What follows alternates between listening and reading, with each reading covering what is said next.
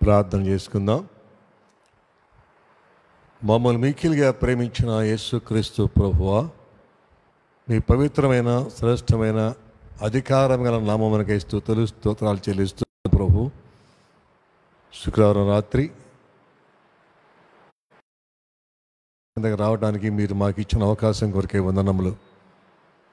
ఇప్పుడున్నటువంటి కాల పరిస్థితులను బట్టి నీ ప్రజలమైన మేము సమూహంగా కూడుకోవడం అంత మంచిది కాదనే ఆలోచనతో ఈ రికార్డింగ్ చేయబడినటువంటి మెసేజ్ని నీ పిల్లలకు లైవ్లో అందించడానికి మీరు దయచేసిన ఈ గొప్ప తరుణాన్ని బట్టి మీకు వందనాలు చెల్లిస్తున్నాం ప్రభువా. మీ చిత్తం ఇదే నాయన. ప్రపంచవ్యాప్తంగా కలవర పెడుతూ కల్లోలాన్ని సృష్టిస్తున్నటువంటి కరోనా కఠినమైన వ్యాధిని యేసుక్రీస్తు ప్రభువా మీ నామములో ఆజ్ఞాపిస్తున్నాం నాయన.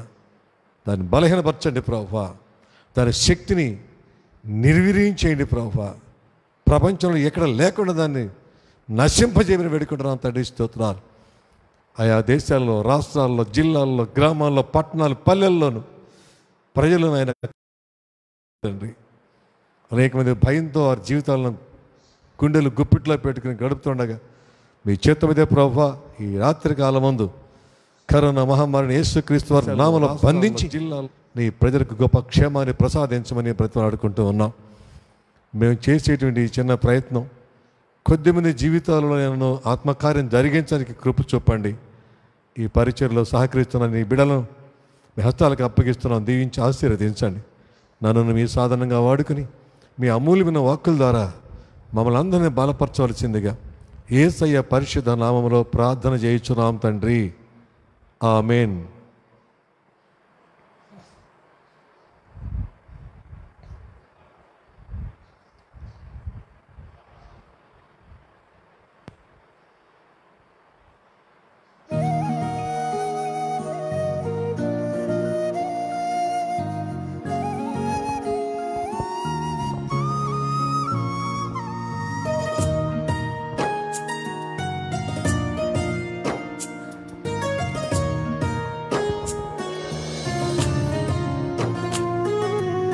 స్తుతించెదను, కీర్తించెదను, నీ నామమునే గణపరచెదను. స్తుతించెదను, కీర్తించెదను, నీ నామమునే గణపరచెదను. నిన్ను గూర్చి నేను ప్రచురించెదను, సంగీతనాదముతో నిన్ను కొనియాడెదను. కరుణామయ యేసయ్యా, నిన్ను నేను స్తుతించెదా. కరుణామయ యేసయ్యా, నిన్ను నేను స్తుతించెదా. స్తుతించెదను, కీర్తించెదను, నీ నామమునే గణపరచెదను.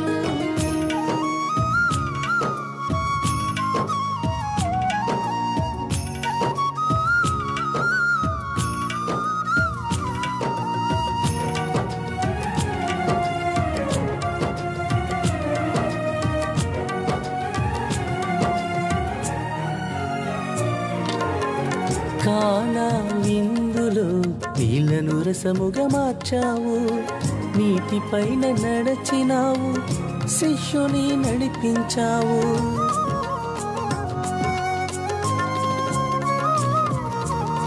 కానా విందులో నీళ్లను రసముగా మార్చావు, నీటిపైన నడచినావు, శిష్యుని నడిపించావు. మరణించిన లాజరును తిరిగి లేపినావు, అందులైన వారికి వెలుగు కలుగజేశావు. అందులైన వారికి వెలుగు కలుగజేశావు. కరుణామయ యేసయ్యా, నిన్ను నేను స్తుతించెదా. కరుణామయ యేసయ్యా, నిన్ను నేను స్తుతించెదా. స్తుతించెదను, కీర్తించేదను, నీ నామమునే ఘనపరచెదను.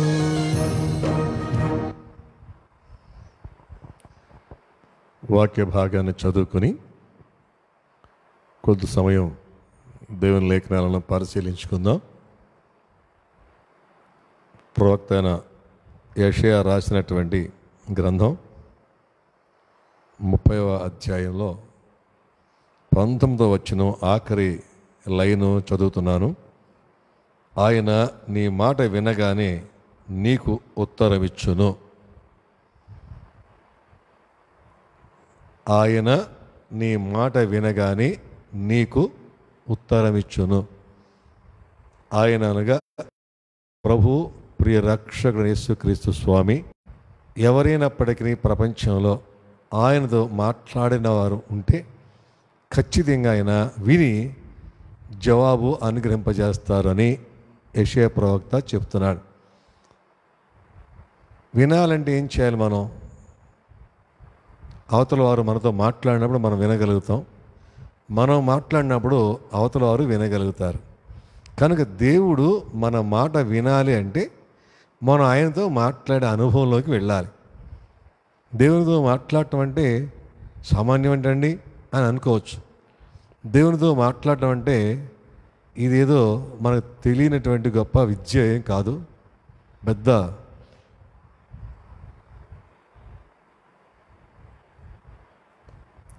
తెలియనటువంటి బ్రహ్మ విద్య కాదు. దేవునితో మాట్లాడుట అనగా దేవుని దగ్గరికి వెళ్ళి ప్రార్థన చేయుట.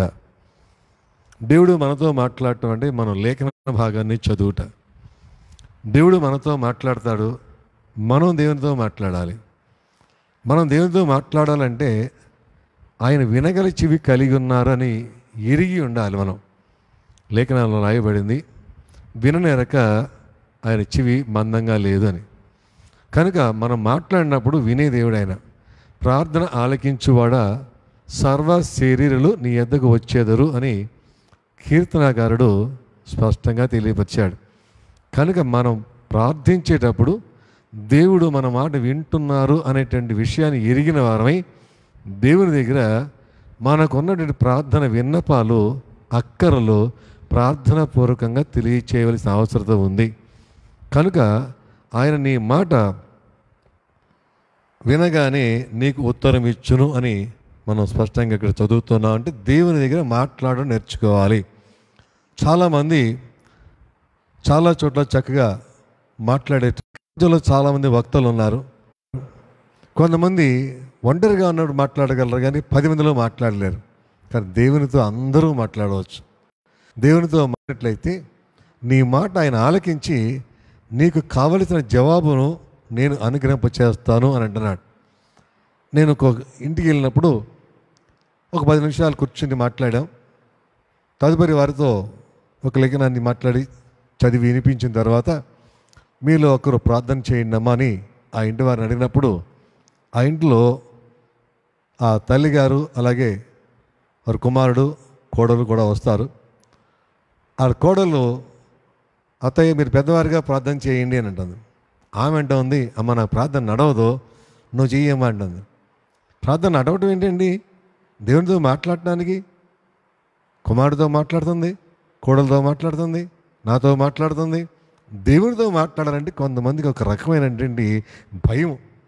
ఎందుకంటే ఒకవేళ నేను చేసే ప్రార్థనలో ఇక్కడ తప్పులు దొరుకుతాయేమో, దేవుడు ఒకవేళ ఏమన్నా నన్ను శిక్షిస్తారేమోనని. లేదండి, మనం దేవుని దగ్గర మాట్లాడితే ప్రార్థన చేస్తే దేవుడు తప్పనిసరిగా జవాబు దయచేస్తాడు. ఈ సందర్భంగా మొదటగా రాజుల మొదటి గ్రంథం 18వ అధ్యాయంలో నుంచి ఒక మాట చదివి వినిపిస్తాను. 36వ వచనంలో చూస్తాం మనం. ఇక్కడ ఏలియా గారి ప్రార్థన మనం చూస్తాం. ఆ దినాలలో అహాబు మహారాజు తన భార్య అయిన యెజెబెలు చేసినటువంటి భయంకరమైన పాపాన్ని బట్టి దేవుడు తన ప్రవక్తను పంపించి దేవుని యొక్క మాట చొప్పున కాకుండా ఈ లోకంలో లేక ఈ దేశం పైన మంచు కానీ వర్షం కానీ పడదని ప్రకటించి వెళ్ళాడు. అప్పటికి మంచు కానీ వర్షం కానీ లేనందున ఆ దేశంలో ఉన్నటువంటి నీటి కుంటలన్నీ కూడా ఇంకిపోయినాయి, వాగులన్నీ కూడా ఎండిపోయినాయి. దేవుడు తన దాసుడని ఏలియాను మాత్రం అద్భుతంగా పోషిస్తూ వచ్చాడు.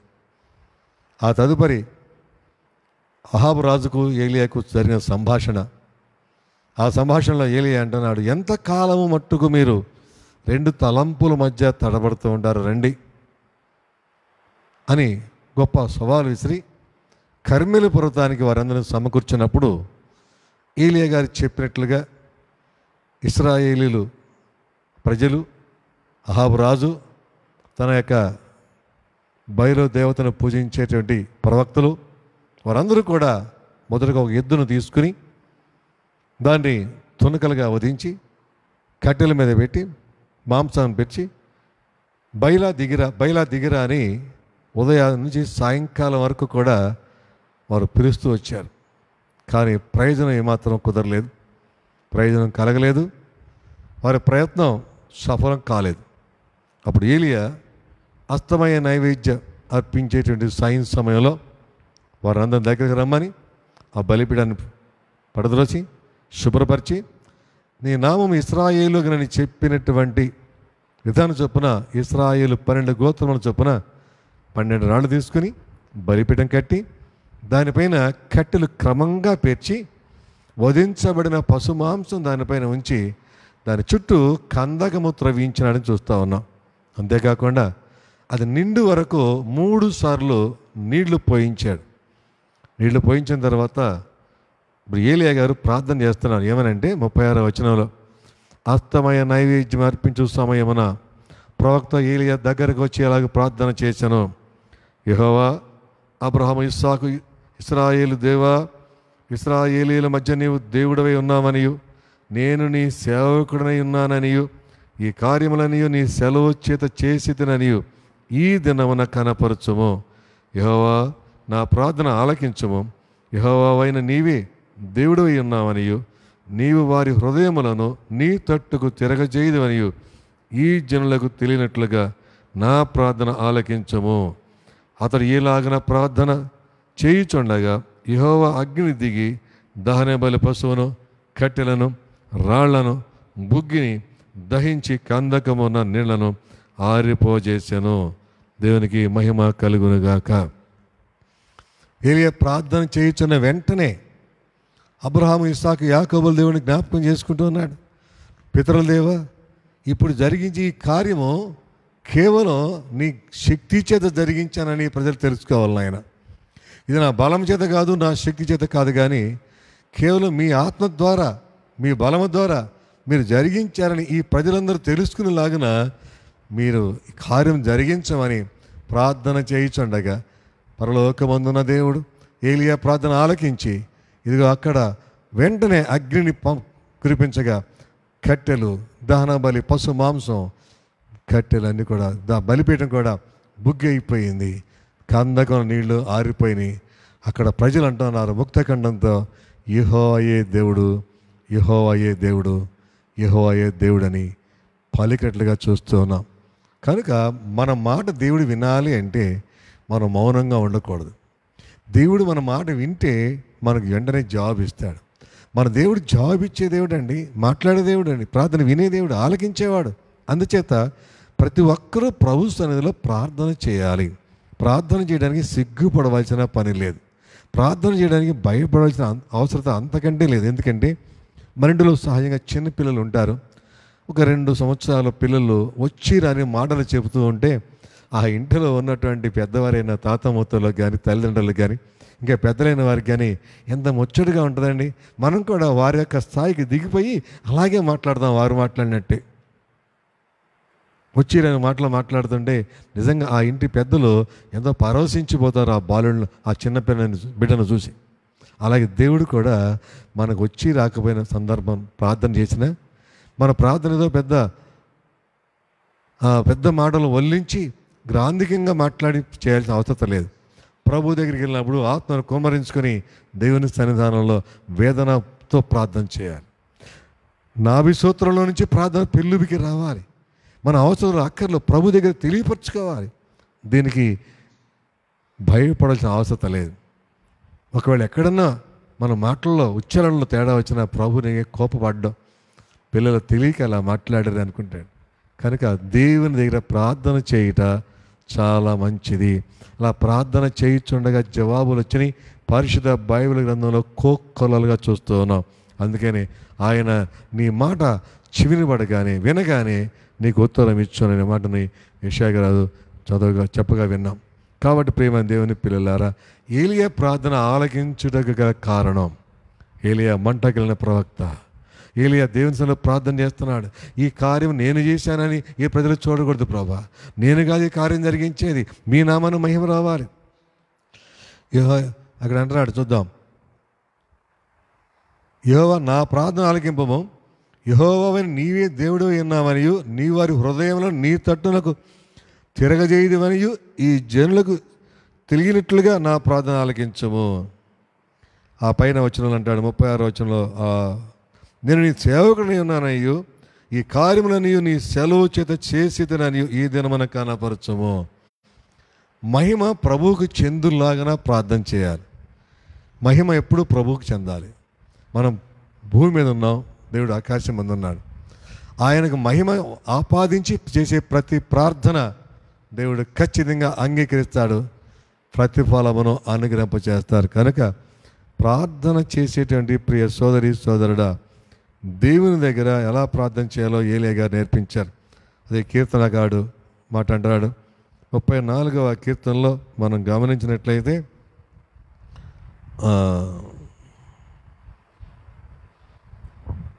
17వ చరణాన్ని చూస్తే అక్కడ రాయబడిన మాట ఏంటంటే, నీతిమంతులు మొర్రపెట్టగా యెహోవా ఆలకించును, వారి శ్రమలన్నిటిలో నుండి వారిని విడిపించును.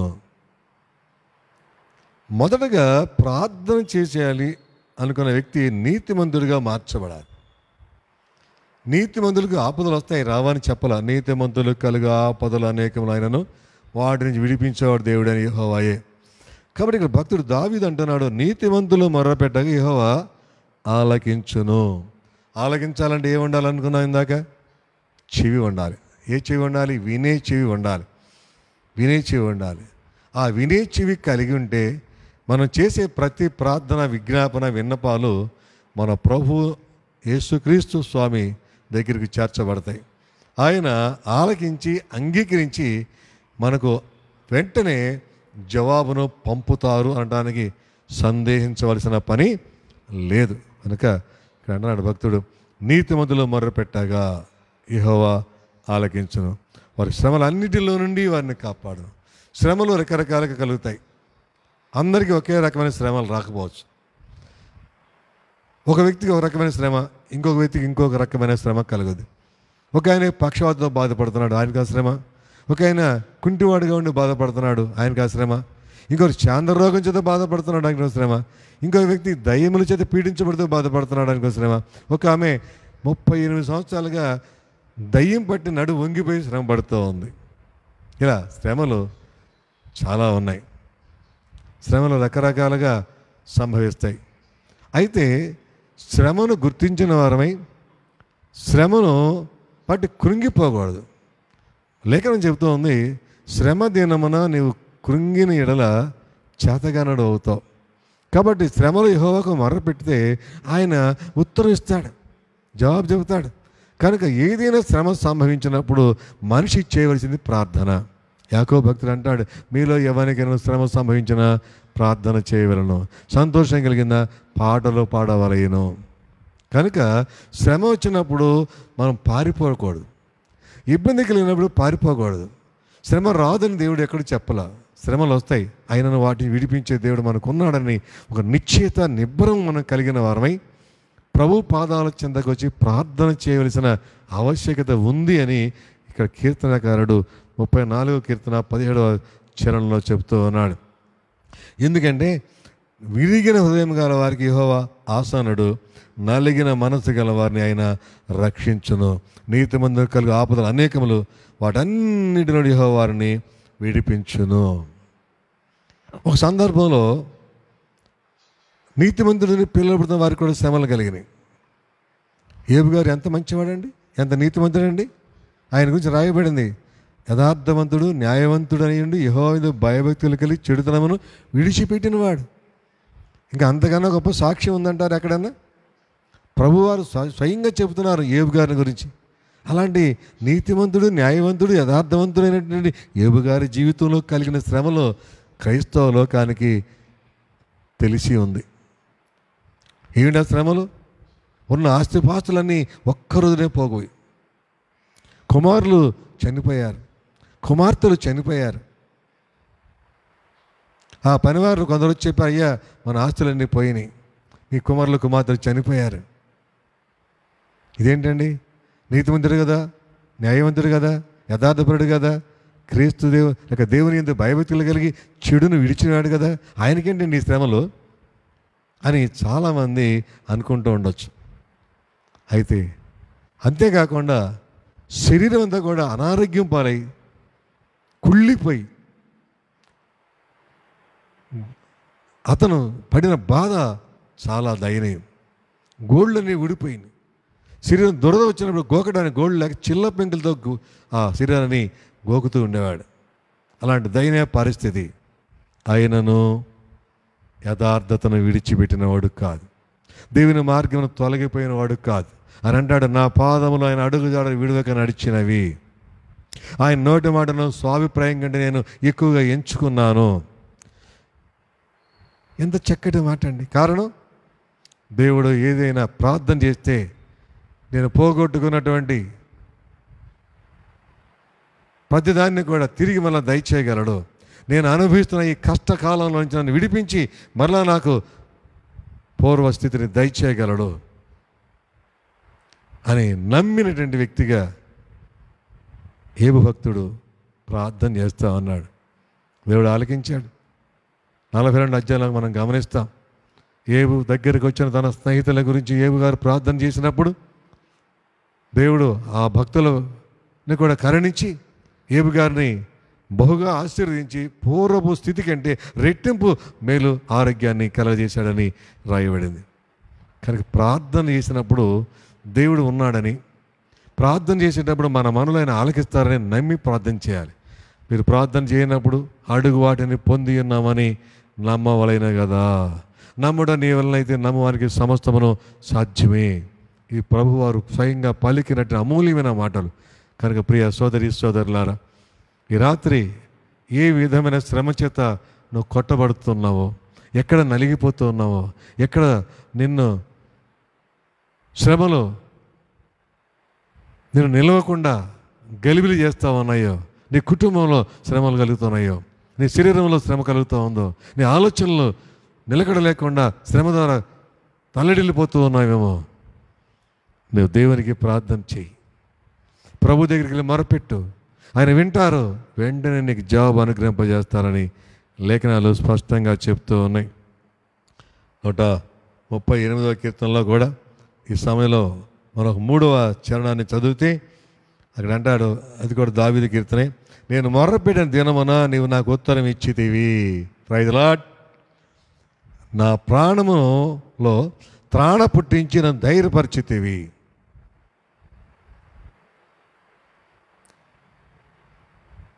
ప్రార్థన చేయమని చెప్పాడు, ప్రార్థన వింటానని దేవుడు చెప్పారు, అంగీకరిస్తానని చెప్పారు, ఉత్తరం ఇస్తానని చెప్పారు.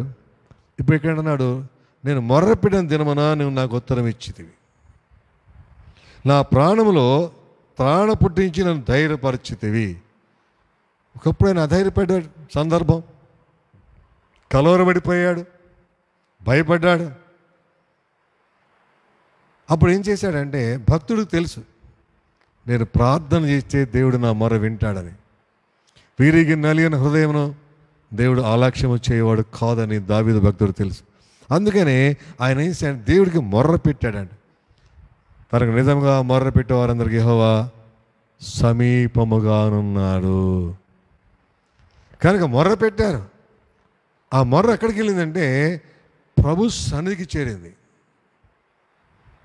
అలాంటి ఇశ్రాయేలీలు ఐగుప్తు దేశంలో ఫరో వారిని పెట్టుతున్న కఠినమైన శ్రమలో భరించలేక, ఆ శ్రమలు భరించలేక విట్టిచాకరి అనుభవిస్తూ యెహోవాకు మొర్రపెట్టినప్పుడు వారి మొరలు ప్రభు దగ్గరికి చేర్చబడ్డాయి.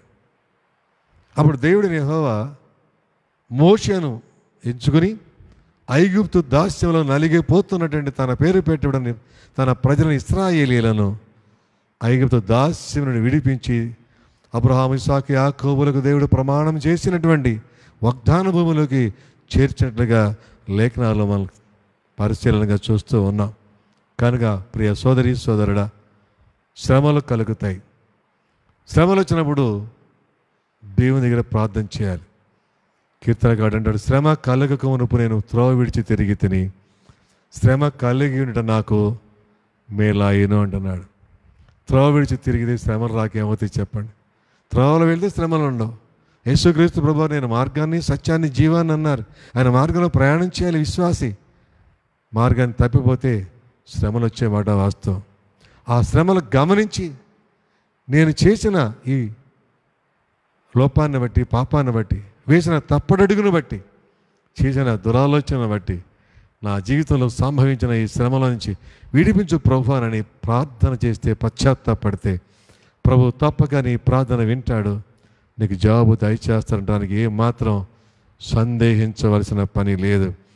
దావీదు, నేను మొర్రపెట్టిన దినమున నీవు నాకు ఉత్తరం ఇచ్చితివి. ఖచ్చితంగా చెబుతున్నాడు, నేను మొర్రపెడితే నా దేవుడు నాకు జవాబు ఇచ్చాడు. నీ ప్రార్థనకు జవాబు రావాలి. నా ప్రార్థనకు జవాబు రావలేదండి అని ఎవరు అనడానికి వీలేదు. ఒకవేళ ప్రార్థన జవాబు రాలేదనంటే నా హృదయంలో పాపమును లక్ష్యముంచినలా దేవుడు మనవి వినకపోవును.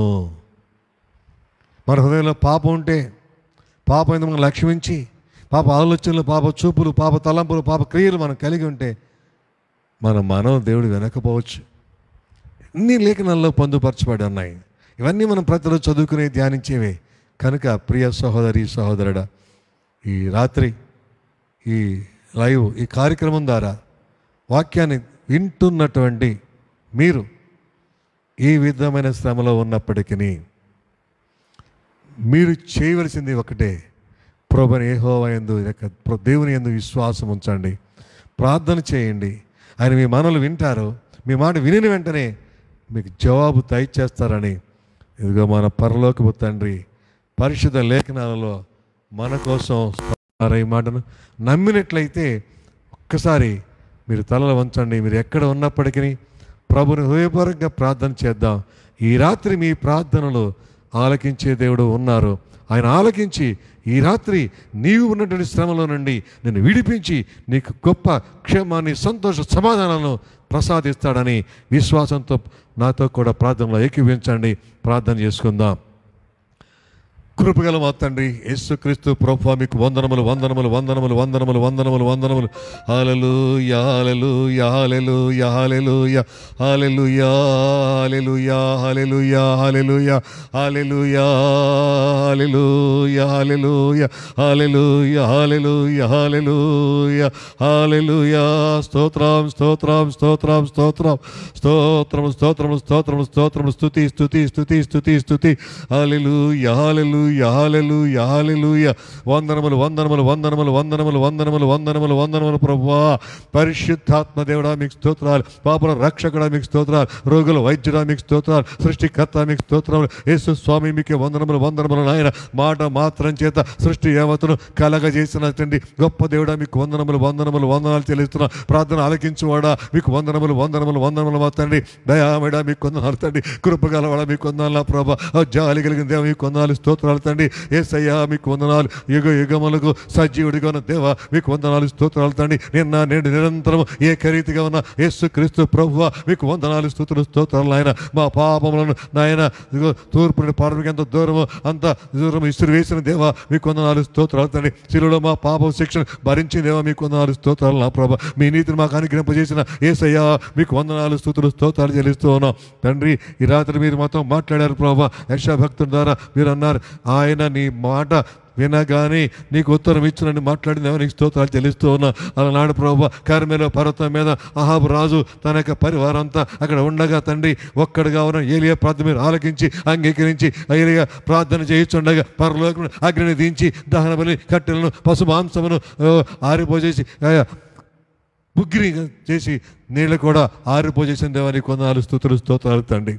ఏసయ్య గొప్ప కార్యం జరిగించే దేవుడు నీవయ్యనవుతండి. ప్రార్థన చేయవలసినట్టు ఆవశ్యకత ఈనాడు ప్రతి విశ్వాసిగా ఉంది నా ప్రభ. చిన్నలేమి పెద్దలేమి ప్రతి ఒక్కరి భయభీతులు కలిగి అయ్యో విశ్వాసంతో ముందుకు సాగుతూ ప్రార్థన చేయడానికి నేర్పించమని వేడుకుంటున్నాం స్వామి. స్తోత్రాలు. ఏసయ్య నీ కొందనాలు స్తుతులు నాయన. ప్రపంచాన్ని కాపాడమని వేడుకుంటున్నాను. మా భారతదేశాన్ని కాపాడమని వేడుకుంటున్నాను. అయ్యా మీ హస్తాలకు అప్పగిస్తున్నాను నా ప్రభా. మా రాష్ట్రాన్ని మీకు హస్తాలకు అప్పగిస్తున్నాను తండ్రి. మా ప్రాంత ప్రజలను మీ హస్తాలకు అప్పగిస్తున్నాను నా ప్రభా. ఎక్కడ చూసినా భయంకరమైన పరిస్థితి కనబడుతూ ఉందండి. దేవా యేసయ్యా మా ప్రార్థన ఆలకించండి స్వామి. ఆలకించండి ప్రభా. ప్రజల క్షేమాన్ని కలగజేయమని వేడుకుంటాను. ప్రజల పాపాలు క్షమించమని వేడుకుంటాను నా ప్రభా. మా వ్యక్తిగత పాపాన్ని క్షమించమని వేడుకుంటాను తండ్రి. నా కుటుంబస్తుల పాపాలు క్షమించమని ప్రార్థన చేస్తున్నాను తండ్రి. మా సమాజానికి వస్తున్న విశ్వాసుల పాపాలు క్షమించమని ప్రార్థన చేస్తున్నాను ఆయన. మా దేశవాసుల పాపాలు క్షమించండి ప్రభా. మా రాష్ట్ర వాసుల పాపాలు క్షమించండి తండ్రి. మా పట్టణ ప్రజల పాపాలు క్షమించమని వేడుకుంటున్నాను తండ్రి. మేలు దయచేయండి, నేమని దయచేయండి, శాంతి దయచేయండి, ఆరోగ్యాన్ని ప్రసాదించండి ప్రభా. దీవించి వర్ధల్లో చేయండి. ఈ వర్తమానం ఎవరైతే విన్నారో ప్రభా వారందరి హృదయాల్లోపై పరిశుద్ధాత్మ కార్యం జరిగించి ఆత్మీయ దీవెనలతో నింపి ఆశీర్వదించమని, శారీరక బలహీనతలు యేసు నామములో వారి నుంచి బయటికి పంపించి నెమ్మది దయచేయమని వేడుకుంటున్నాం. స్వస్థత శీఘ్రంగా పంపించండి. మహిమ ఘనత ప్రభావాలు మీకే కలుగులాగున నజరేయుడైన యేసయ్య పరిశుద్ధ నామంలో ప్రార్థన చేయుచున్నాం పరమ తండ్రి. ఆమేన్, ఆమేన్, ఆమేన్. తండ్రి అయిన దేవుని ప్రేమ, రక్షకుడు ప్రియ కుమారుడు యేసుక్రీస్తు వారి యొక్క కృప, పరిశుద్ధాత్మ దేవుని యొక్క అన్యోన్య సహవాసం అనేది ప్రతి ఒక్కరికి తోడుగా ఉండి నడిపించునుగాక. ఆమేన్. యేసయ్య నామములో మీ అందరికీ మరొకసారి వందనాలు తెలియజేస్తా ఉన్నా.